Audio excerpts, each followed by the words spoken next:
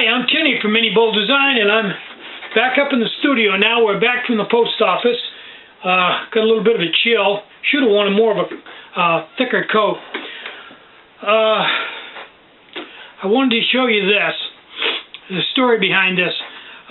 When I was talking to the gentleman at Anti-Gravity Gear, the stoves he was building, he explained to me, I didn't know it, but the bottoms of the cans that he was using, and he only used this particular can, and some of the cans, the bottom radius right here, he was using the full 12-ounce cans. Some of them come right up, boy, pretty pointed, you know, real sharp, not much for radius at all. And then some of them have a really slow round radius. And he only used the ones that came right up to a point, because his inner wall indexed better in them, and it gave a better looking stove and a stronger stove. But he had a really hard time finding those type of cans. It was only like maybe 1 in 50, so you know, he didn't have a lot of cans. It was a problem for him. I had 2 or 3 other problems too. One was getting, well, anyway, my thought on that was, after looking it all over and looking at cans, and he was right, it's like 1 in 51 or 100 that had the right radius on it. I don't know, I think on a set of dies when they're brand new, they might be that way, and after they grind them, they're not. I really don't know. Somebody that makes those dies could surely tell you.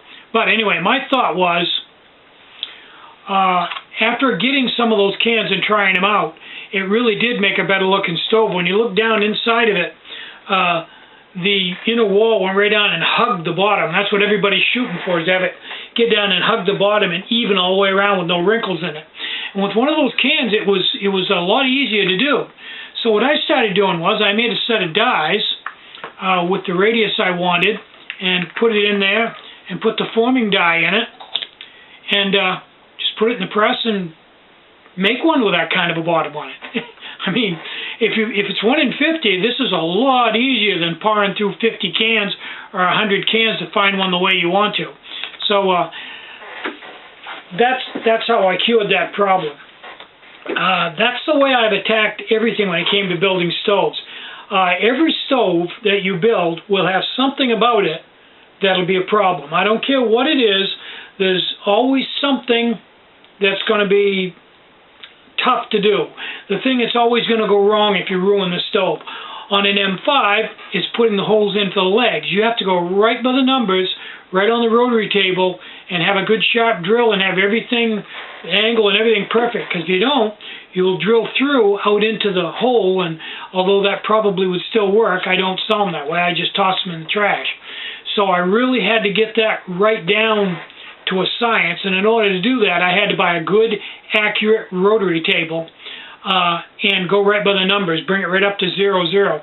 Because if you're drilling the holes, the big holes, right by the numbers, then the spaces should come out right out perfect for the holes for the legs. There's a lot of things like that. There's a problem, and there's a way to solve it. And once you solve that problem, things go a lot better. So with this little stove, there was the Elite, there was quite a few little problems about it. They gave me the EBGBs. But in the end, I found out after doing a lot of experimenting how to cure almost all of the problems. But it is kind of time consuming. One of the problems I was having was cutting the tops out of the cans. I was doing it on the lathe, and I've tried a lot of different ways to do it. And I usually spoil a fair amount of cans by doing it. They'll rip or catch or something. And I finally found a way to do it that was pretty simple. And it was just a matter of getting the tool in there at the right angle and slowing the lathe down. Once you got things in there at the right angle and learned how to do it, you could cut them right out and they came out beautiful. But it took me probably a year and a half of goofing around before I finally stumbled onto the right way to do it. So anyway, that's you can't see that in the camera. That radius is squared right out, but I can't see it, and I wish you could. Maybe if I take a close-up of one before and after, you might be able to see it that way. But anyway, that's what I'm doing, curing problems.